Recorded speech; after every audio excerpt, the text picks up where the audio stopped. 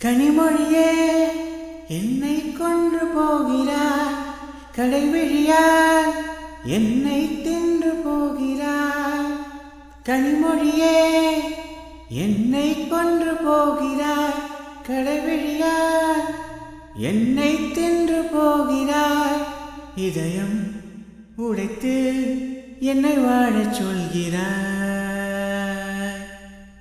இமைகள் பறித்து என்னை தூங்கச் சொல்கிறாய். ஒரு பாதி கண்ணில் காதல் செய்கிறாய், மறுபாதி கண்ணில் ஊடல் செய்கிறாய்.